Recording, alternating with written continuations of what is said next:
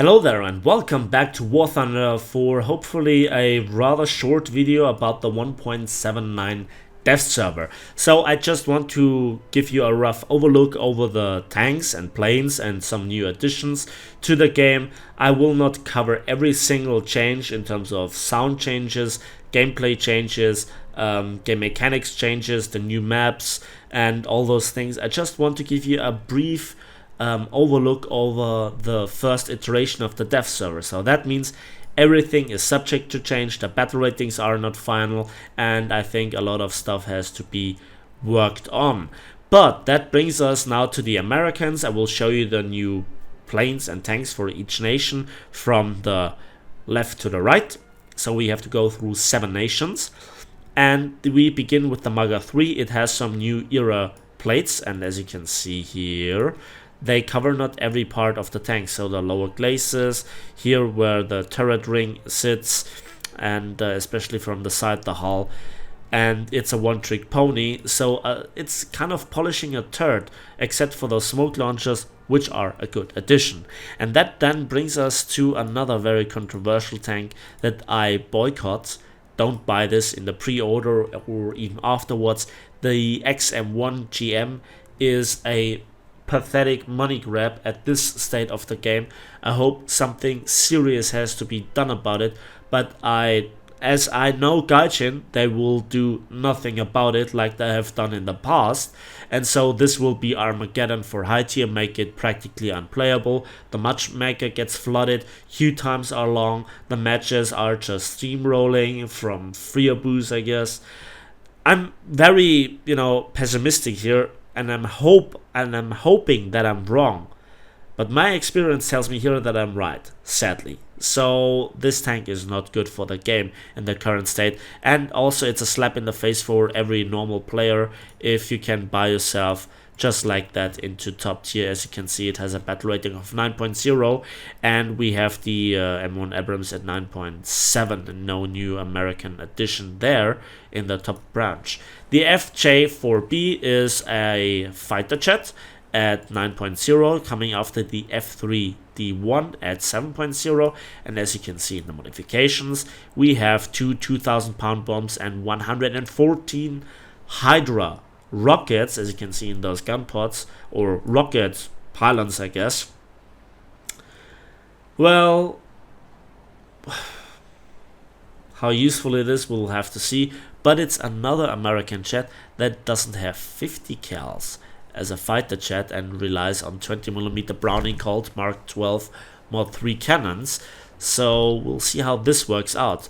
Talking about, something different but same, the XM803 looks remarkably close to the MBT-70 because it practically is, with the only real change being, well, that the 20mm got replaced with a 50 cal, which is in this game a downgrade, and there you can see it's the same kind of ammunition, so nothing special there. It's kind of a side grade at top tier, if I'm honest, coming after T95E1, and well, now they are in the folder here. That brings us to Germany, and I have to say the majority of new German planes and tanks are awesome. So first of all, we start off with the Sonderkraftfahrzeug 221 SPZB41. It's at a rank 1, battle rating 1.3, and it has a very unique weapon. Look at this. This is what I would call a Panzerbüchse, and it has a reload of 3.2 seconds. The tank or the car has no armor, but seems to be pretty mobile and maneuverable, and it fires nothing but APCR. But for 1.3 with 95mm of penetration, hey French tanks, look, this is a penetration value for that bat rating that is acceptable. Okay, bad jokes aside, let's continue. Well, let's stay with this, because this is something fast and maneuverable. It's a bit restricted with the firing arc, so like a tank destroyer, Kismet. However, it is baby steps in the right direction, I guess, so Germany needs more fast tanks to support it. And in the air, we have some changes to the BF110. So the old BF1 and C4 is gone, and what we have now is the C7, and it has some more bombs, which is good and nice. So that's a good change for it. But other than this, I guess nothing changed. And then we come to the F2. And the F2 is already a monster. It has two MG FFM 20mm cannons, and then also 4 machine guns, so nothing too special there. But it has also big bombs, up to 1 ton and an additional 250 kilogram bomb, some cannon pods. So, where are they? There they are, of MG 151s, but with just 200 rounds, so 100 round per gun. But it gives you more head-on firepower at 3.3. But that's not it. We also got more rockets, the RZ or RZ65, 12 of them that are here below the fuselage. How useful they will be with 4mm of high explosive penetration has to be seen. But that's not really the BF110 that I wanted to show you. It's the BF110 G2, and this is just way too much. I mean, okay, let's get into the modification and let's pick nothing. And there you can already see we have two 20mm MG151s and two 30mm MK108s at battle rating 3.3. And then let's go into the modification, and we have a huge variety of bombs up to 1000 pounds, and then we have cannon pods, and we have here then some additional MG151s, but again with a restricted amount of ammunition. But then we have the most hilarious one that I can tell you, and this is this modification with a 37mm BK 3.7 with 66 rounds and 4 Werfergranaten, which are the big German rockets. However, they fly upwards, so aiming with them is impossible, but the cannon is good. So 66 rounds, and let's have a look at the penetration, because this is quite hilarious. We have here 142 millimeters with 1170 meters per second master velocity. That indicates APCR. But nevertheless, a lot of ammunition, a lot of head-on firepower. You also can choose to use anti-aircraft belts, but you know, nothing to complain about it. But then we come to the Leopard 2A4 at 9.7, and it looks like a Leopard 2, right? So the armor goes into the interior, and we have a kind of an armor layout which is a mixture between the M1 Abrams and the Leopard 2K. So the Leopard 2K comes here with the side with the fuel tank and the interior armor plating, which is kind of trollish, at least here. And we have, well, the front glazes here that you can see ranging between 200 and 360 on the hull, and up to 360, 180 and 390 versus kinetic energy, and up to 650 versus heat. And we have some blowout panels. We have also some side protection. So very interesting. But the ammunition, oh, I got criticized for seeing like with a bit of pessimism about the stock round. Rejoice, I was right. DM12 650mm HEATFS stock round versus more and more tanks with era protection. But you know, it's not that bad, because you get the same AP FSDS round that the Leopard 2K has as a tier 1 upgrade, so the stock round is not that horrible. But we will see later on why this is kind of discussable when it comes to the Japanese Type 90. And then we come to the BF 109Z. Big turd. No machine guns, flies like a brick, even was like a brick. A brick can turn, and it actually falls, which you can call flying. This thing is just awful. Don't buy it. It's an absolute turd. But now we come to a beauty, the Heinkel 177A5. Oh, Napalm, that was introduced a few patches ago. Look at this. Fritz X new modification. And yeah, it's a side grade. After the ETC 1800, we go to the FX 1400. The aiming I have to learn, because it's a very, well, it's a different kind of aiming, not just pressing the spacebar, but you can control it a little bit. And you can see mass 1517 kilograms. So in theory, we might be able to take out a bombing point, and you drop them separately. 1, 2, and 3. So 3 drops. So hello there, naval forces. And then we come to now the Russians. T-64M1, and it also has kind of the side skirt upgrade that the T-64A has as a stock one.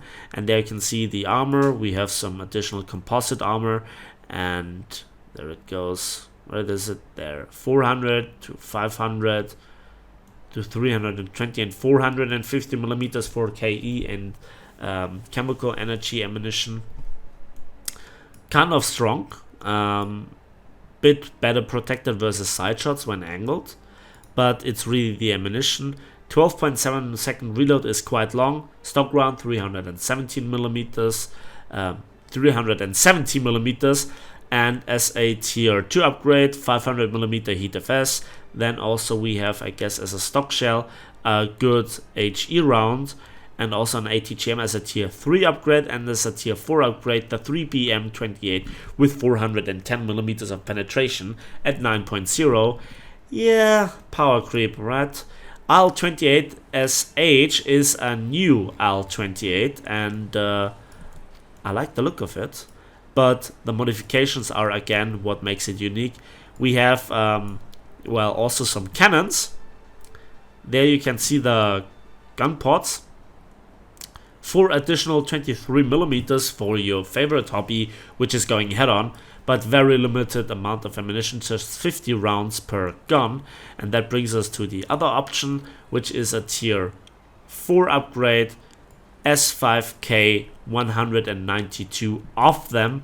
And if you really want to do some mass killing, those are the weapons of choice, I guess. How useful they are due to the sluggish handling, I don't see.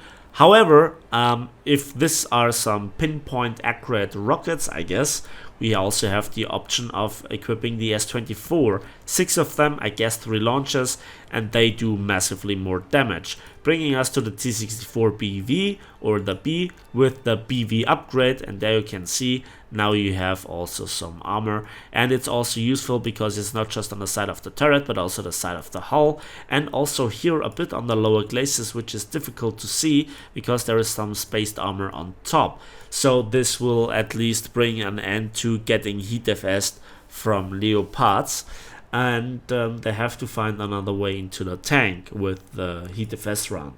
And that brings us then to the British. First of all, the Whirlwind got a new upgrade, bombs, so not very impressive, still a tank that I don't like, much like the Centurion Mark V AVRE, and it's like firing a Sturmpanzer, only with hash. Mass velocity 259 meters per second. And the penetration power increases with angling now on hash. Don't ask me, I'm just working here. We also have some smoke grenades, we have some Euro protection, but you can see there are big portions on the turret that are not protected from the front, but this bulldozer shield is kind of an eye catcher, as well as the armored composite side skirts. That brings us to the Chieftain Marksman, which is a nice AAA. However, when you see here, the final belt is the 35 times 228 PKLH HREP round. But don't panic, it will not bring back old Kugelblitz memories, because while you have a full belt, you just have 20 rounds per gun maximum, so it's limited. And there is a bit of a bug going on, I guess, with the default belt, because at times it seems to fire one of those shells randomly. Don't ask me why, I guess it's a bug, but the armor is an absolute joke. And it's not just the lower glacis that kills you, but everything here. And it's looking comical, bit absurd to be honest. And it will die very fast, and it doesn't have the mobility because it's based on a Chieftain. And that brings us to the Lincoln B Mark II, which now has finally the 14 1000 pound bomb upgrade that it deserves. And it keeps actually the 20mm Hispano turret. That brings us to the Japanese, and we are here with the Type 90. And yeah, it looks pretty much like a Leopard 2K. and we have again protection between 180, 360, kinetic energy, and up to 600 millimeters of penetration resistance versus chemical energy ammunition. And this is now where it gets controversial, because the ammunition, we still have the DM12 stock HEATFS round, but the DM33 brings massively more penetration, over 120 millimeters more to the table, 540 millimeters, and 1650 meters per second muzzle velocity as a tier 1 upgrade. So I guess this should also be usable for the German Leopard 2K. Everything else would be absurd. But again, I told you HEATFS will be the stock round. That brings us to the Key 32. Nothing remarkable there, just a new plane. That brings us as well to the new plane, that is the RE2000 GA. Nice little plane, but the actual eye catcher is the IAR81C. And now it gets a bit interesting, because as you can see here in the stats, we have 20mm MG151s, 2 of them in the wings with 350 rounds, 2 7.62 Browning machine guns with 1400 rounds, and as a ground potential plane, it has also the option of combining a single 250 kilogram bomb with 2 Werfergranaten, and they actually fire straight forward, so you actually can hit and destroy what you're facing. And I think at 3.0, the only enemy that you face with this thing is the extreme overheat of the engine. How it actually will perform, I want to see that on the live server. That brings us to the MX40. And the armor, well, we have some composite armor, but we have some glaring weak spots. Here, just under the gun, turret ring and lower glacis, there is no real protection. And even against, other 9.0s, I'm not quite sure how useful it is, but we can all agree that we cannot use or trust the stat cards, both for the composite armor thickness and also the penetration values on the shells. That brings us then to the F84 G26RE, and even the French now get their own F84, and there we have the highlight, 32 HVR rockets, and you also can use some tiny tims, some bombs, the usual thing. So that's kind of interesting, and look how absurd the plane looks with all those many rockets. Then we also have the LEO 451 late, nothing really special about it, unlike on the F4U7. And I talked about this plane in some realistic expectation. It is packed with weaponry. 6.0 is the battle rating. Okay, that's interesting. I think that needs to be raised a little bit. And yeah, that's it for the French. And I think the final modification is here, of course, the SNEB Type 23 rockets, of which you have 114, much like the American jet.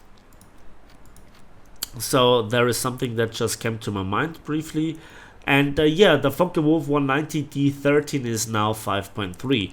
So much for German flight models. But I digress. I think the patch overall has a lot of potential. So I didn't have a look at the map. I didn't have a look at the Navy, because it's just not there, but Battle Royale, which nobody cares. And yeah, that's it for me today. I hope you enjoyed this brief overlook. And thanks for watching. Thanks for listening. Please give this video a like if it did. Subscribe if you want to see more. And we'll see each other on the battlefields of War Thunder.